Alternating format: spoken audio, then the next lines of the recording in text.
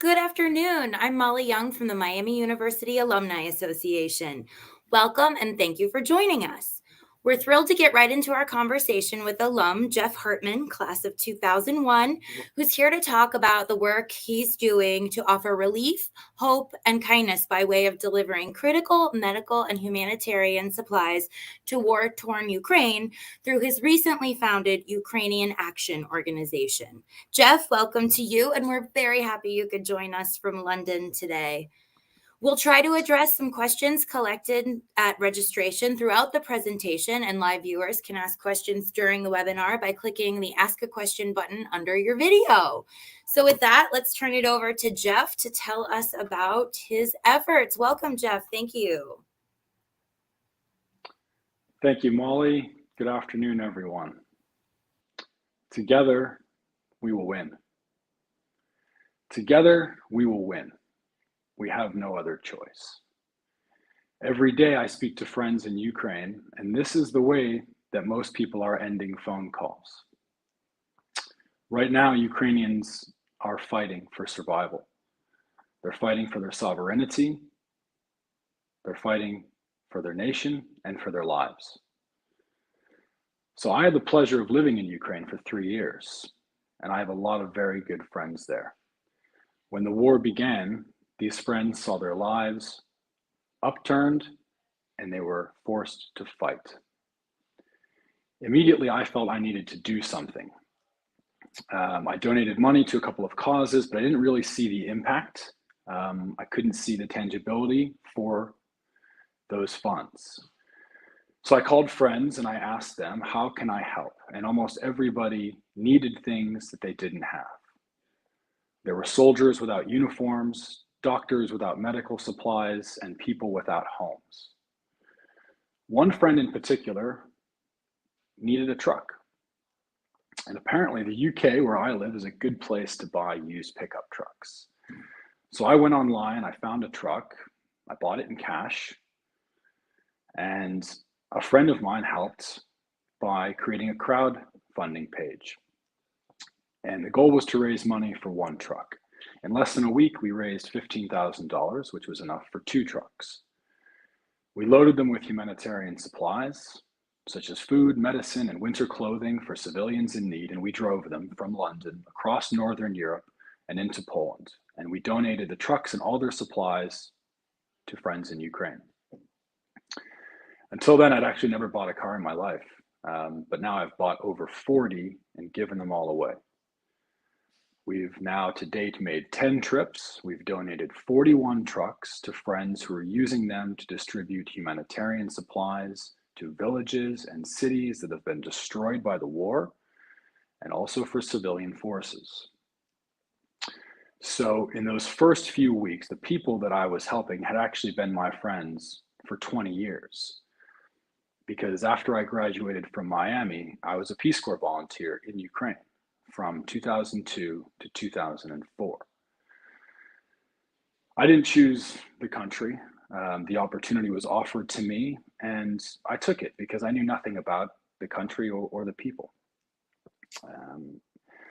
So I went to Ukraine. In the first 3 months, I lived in the central region with a local family. I taught some English classes at a school, and I took intensive Ukrainian language instruction every day. For the next 2 years, I lived in a small town in Western Ukraine, working at a university, teaching general business classes in English. I basically had the time of my life. I met a lot of great people who have been dear friends of mine ever since. And for the last 20 years, I've returned to the country regularly to visit these friends. In fact, only a few months before the war began, I was in Ukraine for 2 weeks. I traveled around the country visiting friends. It's actually through this network of trusted friends in Ukraine and in Germany and Poland that Ukrainian Action has been able to directly supply targeted humanitarian and other medical supplies to people in need. Every weekend, I drive with volunteers from London across Europe with truckloads of supplies requested by these friends and many others. We purchase and collect donated medical supplies in the UK and the US, and we drive these supplies to communities and to hospitals in Ukraine. Since I bought that first truck back in early March, I've been fortunate enough to have the support of a growing group of volunteers, which have enabled us to scale the organization to increase our productivity and efficiency. We have a team responsible for sourcing trucks. We have a garage in Southeast London where we have trucks repaired, where we store them, and where we receive deliveries of other supplies. We have runners that collect packages around London. We also have a team for procurement. We have a team for administration, things like booking hotels and channel tickets and arranging car insurance. We've also had over 30 volunteer drivers. The trip itself from London to Poland takes around 20 hours of driving. We load up the trucks Friday after work. We drive to Dover on the southeast coast of England, load the trucks on either a ferry or the Channel train to get across the English Channel, and then we drive across northern France and into Belgium, where we stay the night. We usually arrive Friday night around 2 or 3 a.m. On Saturday, we drive across Germany. We do make a stop to collect donated supplies from the Ukrainian diaspora there, who are sending packages back to family and friends. We sleep in Germany on Saturday night, and on Sunday we drive into Poland. There, Ukrainian friends drive the trucks on across the border and into Ukraine. And by Monday, when we're back at our desks for our day jobs, those trucks are arriving to the people in Ukraine, and the supplies are being distributed to those who need it most. It's not always a smooth journey. These are old trucks with a lot of miles on them, and they do break down. I think to date we've lost 5 trucks to breakdowns, 3 in Belgium and 2 in Germany. But most of the trucks I think can be repaired and will be delivered. One, however, I did have to sell to the owner of a Belgian garage for cash.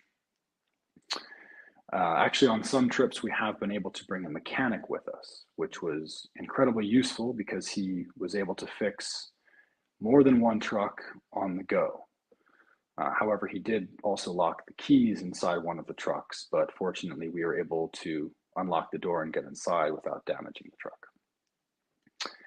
It's actually a beautiful drive, but it's not easy. We're generally problem solving the entire way, and each trip is unique. Mechanical issues, traffic jams can cause severe delays. We often get only a few hours sleep and almost always return exhausted. But it's hard to complain when our friends are at war, sleeping in a foxhole or sharing their homes and their food with refugees. So back in London during the week, nearly every minute of free time is spent preparing for the next trip. Each week is like a sprint. We start on Monday procuring trucks and supplies for that Friday's departure. When we return, the process repeats. Although after 3 months of this, it's now felt more like a marathon. But we could not be doing this alone. I've been overwhelmed by the generosity of volunteers and of donors, including many from Miami. To date, we've raised almost $500,000. We've donated over 40 trucks to Ukraine. Our capacity and our achievements are really due to the extensive network of friends that we have in Ukraine. However, only 3 months ago, these friends in Kiev and other cities were going to work, enjoying family time on the weekends, and enjoying a lot of the simple pleasures that many of us in the world are used to enjoying. And these guys are now at war. Within a couple of weeks after that first drive, I founded Ukrainian Action. It's a US 501c3 nonprofit, and the purpose was to create a tax-efficient channel for resources into the country. The idea was to support Ukrainians whose lives have been destroyed by the war. And so Ukrainian Action has actually found itself to be a very well-positioned partner and conduit to get supplies into the country. As we scale and continue to professionalize our operation from our grassroots origins, we welcome the opportunity to collaborate with more partners, with more volunteers who have applicable skills, and to create partnerships with charities, businesses, and individuals who want to support Ukraine. We've already partnered with several international organizations, including charities in the US and the UK, who rely on Ukrainian Action to go where they cannot, to provide a pathway to deliver crucial humanitarian supplies into the country and to get them where they're needed most. We've also partnered with a global water charity. Ukrainian Action is installing water purification systems in Ukrainian cities that have been destroyed by war and lack basic infrastructure. These systems provide safe water for about 25,000 people every day. However, there are still many needs to be addressed. Many products that were once plentiful are now scarce, and what is available is now increasingly expensive, such as diesel. So we want to speak to any organization that wants to help. We're currently working with several corporate donors who have raised money for Ukraine, but they seek a tangible, direct channel for their funds. For example, we're working with an international children's toy company about supplying children's toys and clothing to orphaned Ukrainian refugees. I know, after 3 months of news about the war in Ukraine, it's easy to become desensitized. But the war is still going on. People need help now, and the effects of the war will be felt for a very long time. So our plans for the future are ambitious. Ukraine has been a very important part of my life for the last 20 years, and it will be going forward. My vision for Ukrainian Action is to evolve from a first responder of emergency survival needs to that of a long-term development partner. We've already expanded into providing basic infrastructure, and as the need for trucks and humanitarian supplies diminishes, we plan to allocate our funds to the recovery and reconstruction phases of development, such as refugee resettlement, education, and support for entrepreneurs. So when I left Ukraine for the first time at the end of 2004, there was an election, a presidential election, and it was a chance to create change in the country. This election was rigged, but Ukrainians at the time, they wanted change, and they took to the streets and they stayed there until those election results were overturned. This was known as the Orange Revolution, and I was there. I was in Kiev, and I saw the people demonstrating their will to break Ukraine away from its past and create a new future with a modern economy and an open society. And I feel like since then, the country has been fighting an internal struggle to overcome forces trying to hold it back and to constrain its pursuit of self-determination. And this current conflict is really just the latest battle that Ukrainians are fighting in that war for sovereignty. And these brave people of Ukraine fighting this war, they need our help. You know, I didn't know anything about Ukraine when I went there 20 years ago. Maybe I went by accident, or maybe it was meant to be, but I've seen firsthand, and I know what these people are fighting for. And frankly, I feel grateful for the opportunity to be in a position to help all of the strong and resilient people who I know there and other innocent victims of the war. And together, we will win.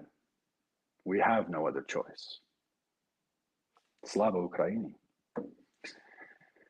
I'd be happy now to open the floor to any questions.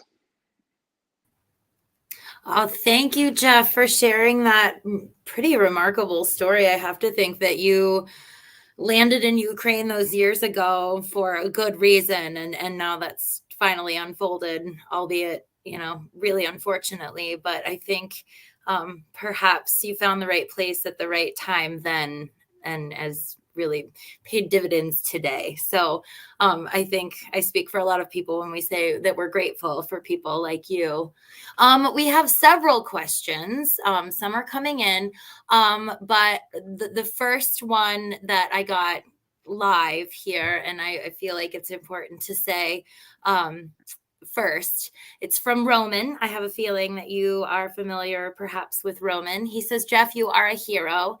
Thank you for your honorable actions and words. It's so great to be partnering with you on the delivery of trucks and equipment. Your friend, Roman Olasenko. So he's from Ukraine. I just wanted to let you know that he's here and he's watching. So I see sort of like these pictures of growing groups of volunteers. Can you tell us how many you started with and sort of where you're at now as far as your overall faction of volunteers? Yeah, thank you, Molly. I think it basically started with an announcement on social media that I was going to buy a truck and drive to Ukraine, and people just started responding to me with offers to help, which I found was very cool, incredibly overwhelming. And I think my main point is that it's not something that can be done alone. It's very much a team effort. People like Roman who are in Ukraine are doing amazing things, and I feel well positioned to help them out, but I couldn't do it without the help of other volunteers as well. So as I mentioned, I had another friend who was bold enough to drive with me. And that first drive that we did, we had really no idea how long it would take. We just jumped in the trucks and drove, and we made all of the bookings for trains and hotels pretty much within 30 minutes of arriving at any of them. But it worked out. And over time, we built efficiencies into the drive. And now I would say it's pretty close to being a well-oiled machine. To answer your question about volunteers, it's been great. I mean, people kind of heard about what we were doing and wanted to help. And then after each drive, volunteer friends tell their own friends. I think social media helps a lot. There's a lot of promotion of our efforts over the weekends. And people's friends of friends want to join in, and we're grateful for that support. So we actually have a sign-up sheet now stretching out over the next few weeks, and people are signing up to drive. And we're fortunate that recruitment has not been a major issue yet. Yeah, I think to operate something like this, your people resources are the first priority. I mean, you can't move anything without people to move it for you. So what a fortunate, little victory for you not to have had to overextend to find folks who are willing and able to, come to the aid on such a large scale. That's really exciting. So you mentioned earlier in your presentation that something that I hadn't even thought about, insurance for the vehicles, for example. So there are so many, once you said that, I was like, oh my gosh, there are so many logistical, little challenges and things to negotiate. So you mentioned it's sort of a science, and you've divided and conquered. So you have folks sort of spearheading different pieces of this overall endeavor. And how did you select those people, or did they naturally sort of embody the role, and that's that? Absolutely. I'm glad you brought that up, because there are a lot of I'd say unsung heroes, but we thank them every day. And I hope they know how grateful we are to have them. But I mean, people who are working on their lunch break or after work to do bookings for us to make sure that things happen, and it wouldn't happen without them. They're not in any of the photos on our social media, but we wouldn't have those photos if it weren't for them. So we're really grateful for the team effort that we've put together. I guess we were lucky that people kind of came to us, and I don't think with something like this you can ask people to help. I think people have to feel it and be mobilized internally. And so when we've had people reach out to us, that's already a sign that they probably have that will.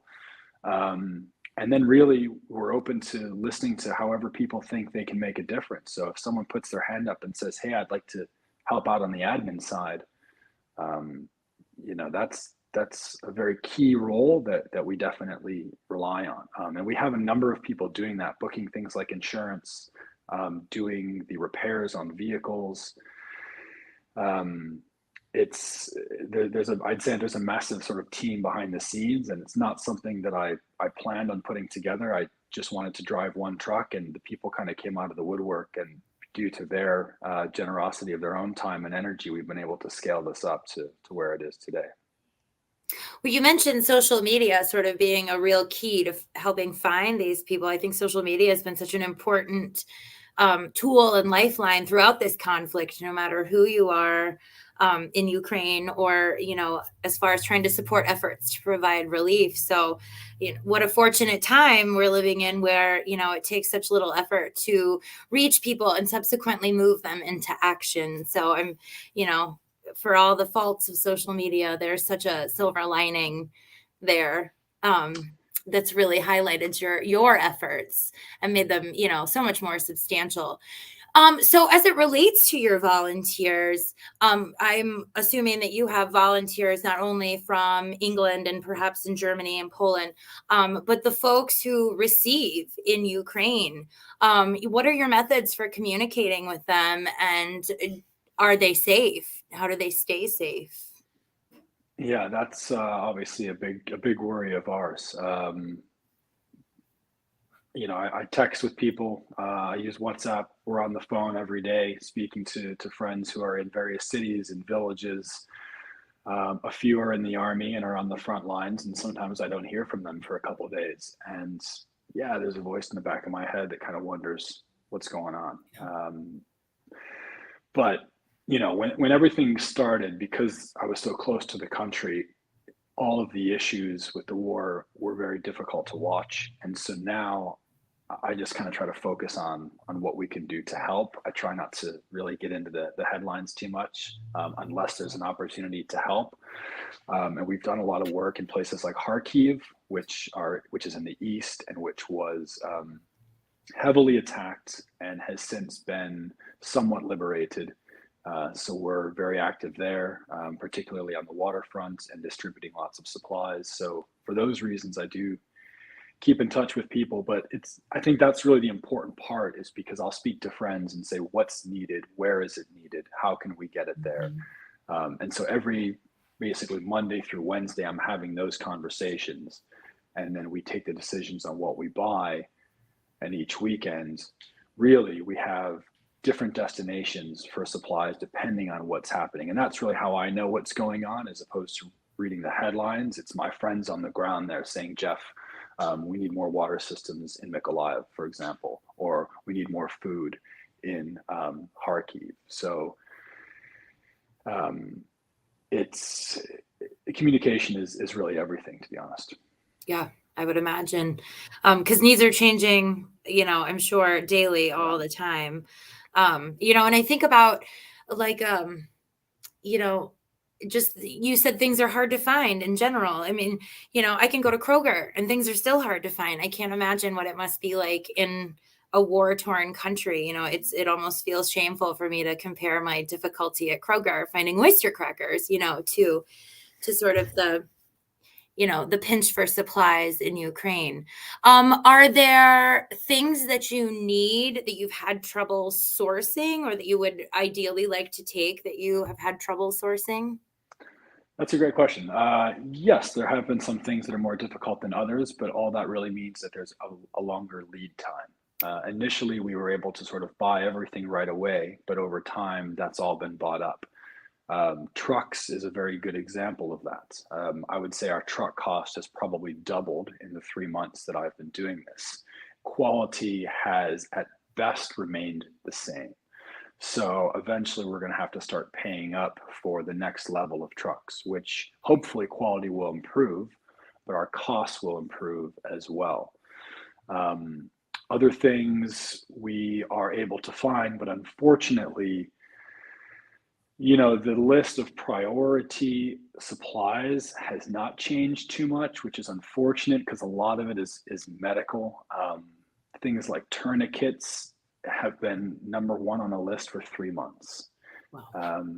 So there are certain things that we've actually had to be creative with. And in fact, we're working with one charity who has local people in Ukraine actually producing tourniquets in order to address the needs there. So every problem that we have, we typically try to look at as an opportunity to find a new solution.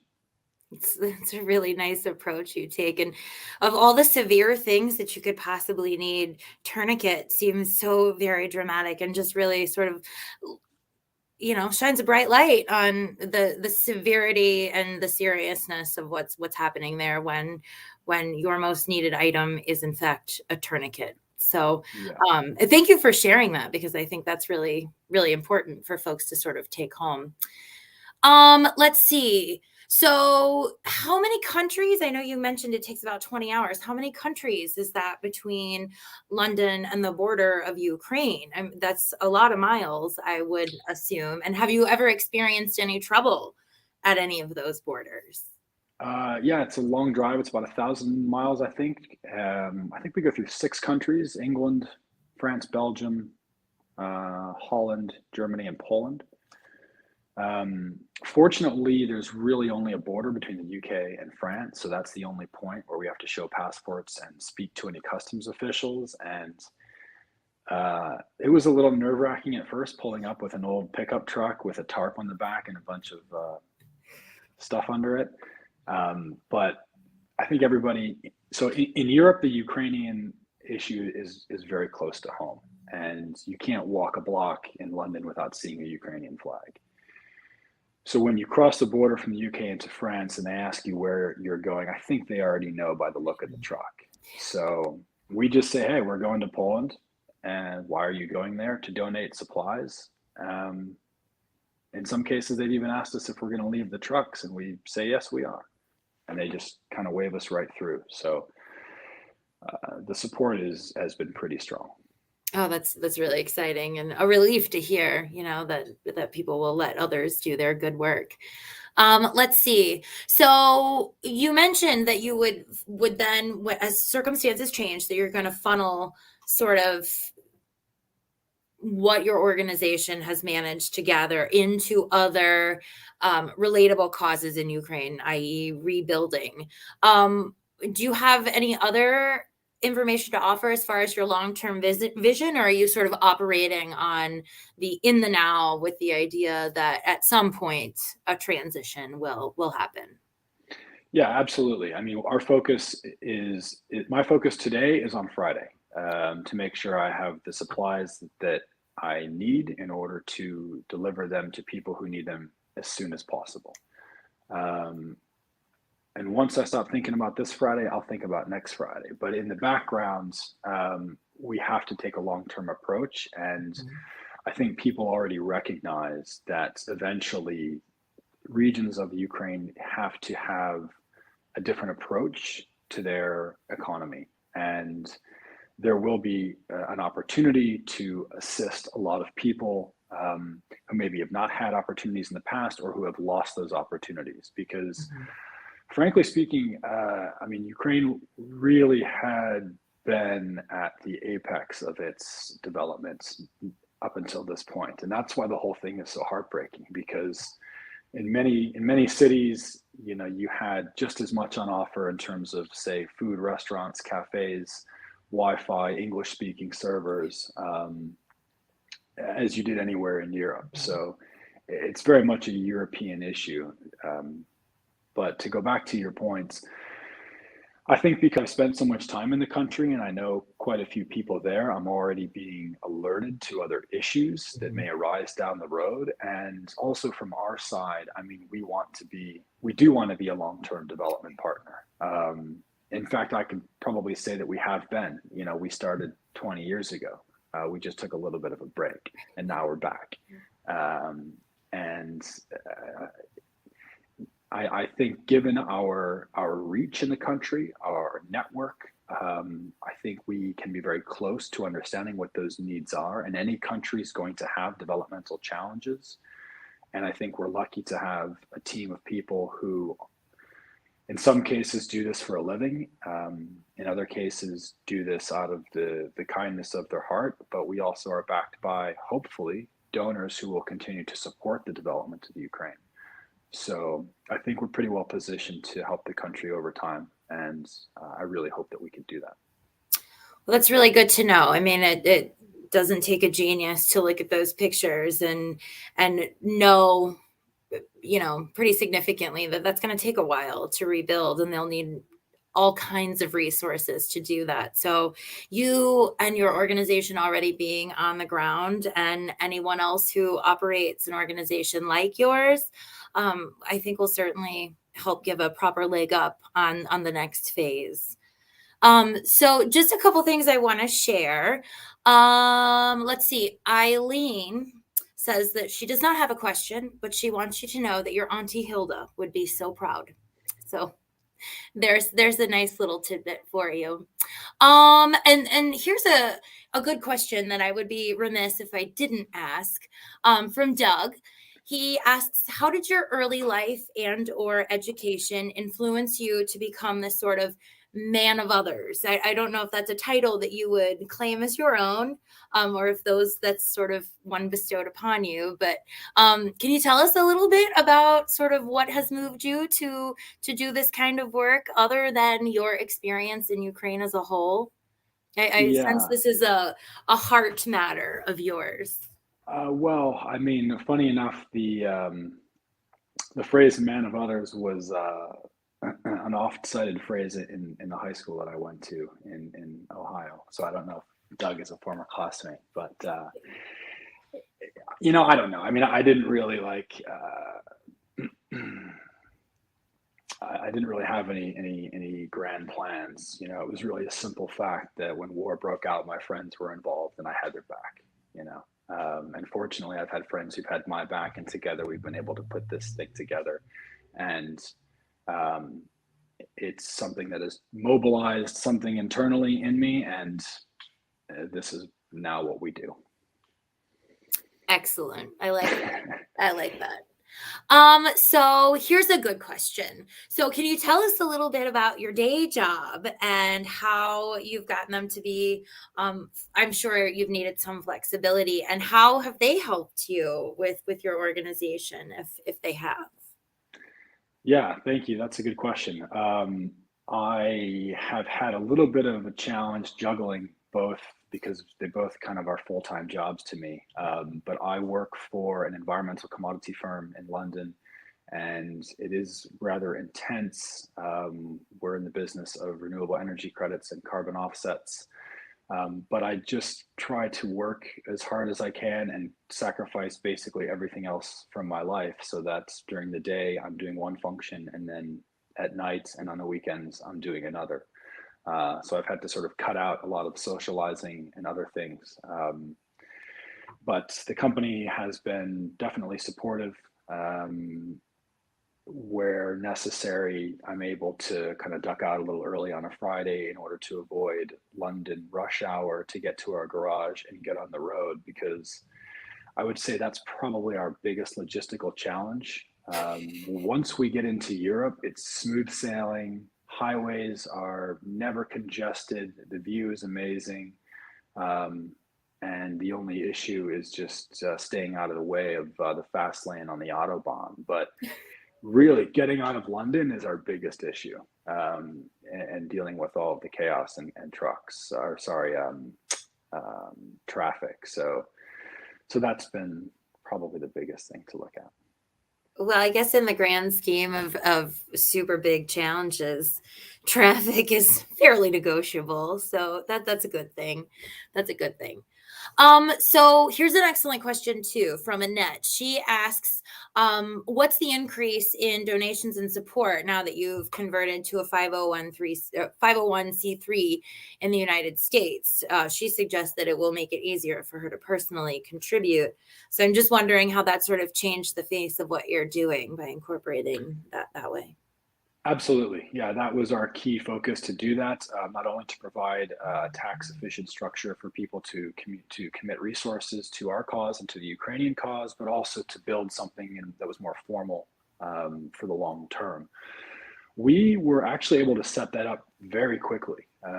So we never really had much of a difference in our funding, which was great. I mean, we had that structure set up within a couple of weeks. Wow. The process in the UK, which we're undergoing now, is a little bit more onerous, and that's going to take a little bit longer. And I think that will also help us to unlock more donations here. Um, but while it's a bit of a longer process here, we do have the really good fortune of having a law firm do that for us on a pro bono basis. So Oh, um, excellent. that's been a good example, I think, of how really any entity that wants to help can probably find some way to help, whether you're producing a product or a service. In fact, there's been so many people in my life who have sort of stepped up and offered what it is they do, whether it's creating websites or social Mhm. media or PR or legal services. In fact, our logo was designed by a friend of mine who's a graphic designer. I mean, again, I'm overwhelmed by people just offering to donate what they have, and it's really been it's been vital, and we're grateful for the support. So yeah, I hope that answers the question.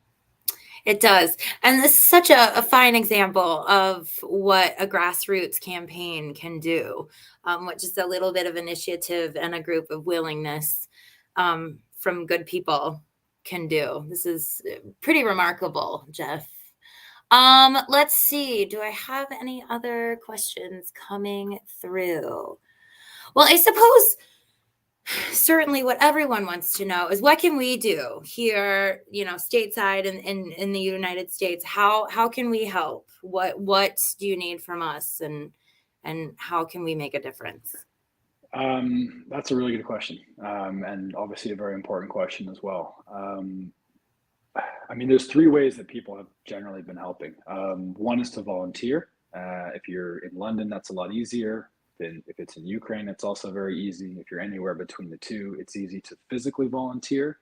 But we do have remote volunteers as well. We've had people from other countries in Europe offering to help us with administration. Um, I mentioned the legal assistance as well. So if you want to get involved, and even if you don't really know what you can do, I would be very happy for you to reach out to us, and we can have a conversation and see how it is you might be able to help us. Um, Second of all, I would say on a more corporate level, we're very open to partnerships, and some people, in fact, a lot of our volunteers have also been very proactive in mentioning to their companies what they're doing, and the corporate response has been very strong. We've had a lot of offers for, other, I guess, promoting our efforts on their own corporate material. It Mhm. can be as simple as an Instagram post or a LinkedIn post. Anything like that that gets the word out allows us to be more visible, not only to donors but also to charities and to other groups that have things that they want to donate. And I've actually been somewhat surprised by that. I've had a lot of conversations with charities that say, hey, we've got all this stuff and we want to get it to Ukraine, but we have no idea how. So our response to that usually is, if you can get it to London, or if you can even get it to Poland, we'll take care of the rest. In addition to our pickup trucks, we're partnered with a formal trucking company who has semi trucks, and we're loading those up as well in Poland and taking heavy duty equipment into the country. So I would say, don't be overwhelmed by the potential perceived logistical challenges, because we can do quite a bit over here on the European side for those of you in the States. And even little things, like I mentioned before, like social media mentions, are huge. And then lastly, no donation is too small. The dollar goes a long way in Ukraine, and it goes a long way when it comes to buying little things like Band-Aids or hand sanitizer or things like that, which when you're living in a foxhole, that's very important. So we also have had a lot of people reach out to say, hey, we raised all this money for Ukraine and we don't really know what to do with it. So we are trying to structure interactive ways where they can fund certain projects. Maybe their employees can take part in those projects, or simply, we provide them with visibility and tangibility on that donation that they provide. So I suppose it's something similar to the place that I was in and all of our volunteers were in before the war started. It's not something that you really had much foresight on, but when things get going, you realize there's a lot of different ways that you can help and things that you can do. Excellent. That's a really good question. Denise, who is a former Peace Corps volunteer herself, she had been really interested in sort of how she can help, but she found it difficult to sort of engage in the tangible work of this, from here in the United States. And she was just wondering if you feel like performing this work and having this initiative is easier from where you are in London. I mean, just, I guess, by virtue of being in Europe anyway. Do you feel like your resources there are such that you?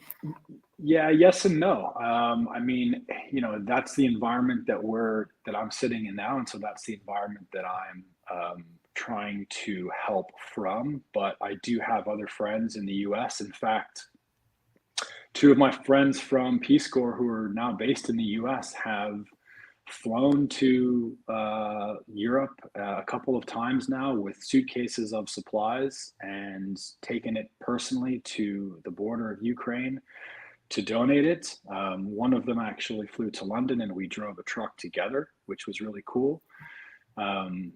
Because, we were in Peace Corps 20 years ago working together to help, I guess, the country then. And it was kind of cool to drive together to do it again very recently. But I guess, look, it's going to be maybe a little easier if you want to drive to Ukraine. It's a lot closer from London, but, there's always things that you can do from anywhere. So, I have Ukrainian friends who are in the Far East in Asia, and they're actively coordinating fundraising and supply donations to people in need in their home communities. So I think if there's a will, there's a way. As cliche as that sounds, it's very true. And perhaps we are maybe positioned to help people who don't have the convenience of being in the same time zone as Ukraine. But we've worked with a lot of people who are based in the US, and we are very open to continuing that. So please reach out and let us know how we can help you. If you feel like you're strapped or you're trapped somewhere in the US, we'd be happy to figure out a way for you to get involved. Excellent. And they can go to ukrainianaction.com, correct? Yes, correct. Okay. And there's a portal there if you're interested in volunteering or making a contribution. Otherwise, you can do so there, correct?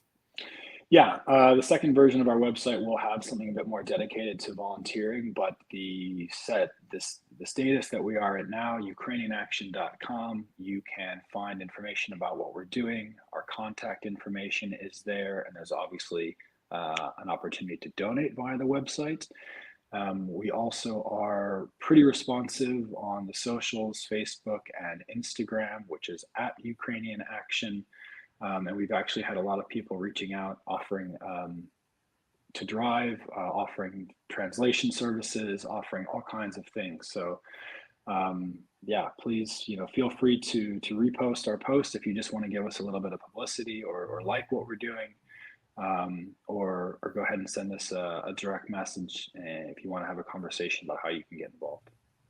Excellent. And I think that's yet another good way to do some tangible work. I mean, it's just a couple of clicks, but if you're willing to sort of share on your own social media platforms, I think that helps to get the word out just as well. So, it's not elbow grease, but it's. Yeah. On that note, I've actually had a lot of friends reaching out because friends of mine have reposted things or shared things, and then their own contacts have gotten in touch and say, hey, I'm friends with this guy. We'd like to try to do this or that. So yeah, at the very least, please repost our posts and like our stuff, and just help us to share the message, because it's actually a lot harder than it seems to manage a social media account and keep it going. I'm very cognizant of the fact that we need to keep showing people what we're doing, because that's kind of what our strength is. So yeah, if you can help us to promote our story, we'd be very grateful for the help. Excellent. Thank you, Jeff. And so I think we can probably wrap up before we go, because this is a heavy topic, although heartwarming, it is heavy. But I'm wondering, just for a little levity, would you be willing to share your favorite memory from your time in Ukraine as a Peace Corps volunteer? Do you have just one, or you can share 10 if you really want to? That's a really good question, and probably a bit of a difficult one. Well, the first thing that comes to mind is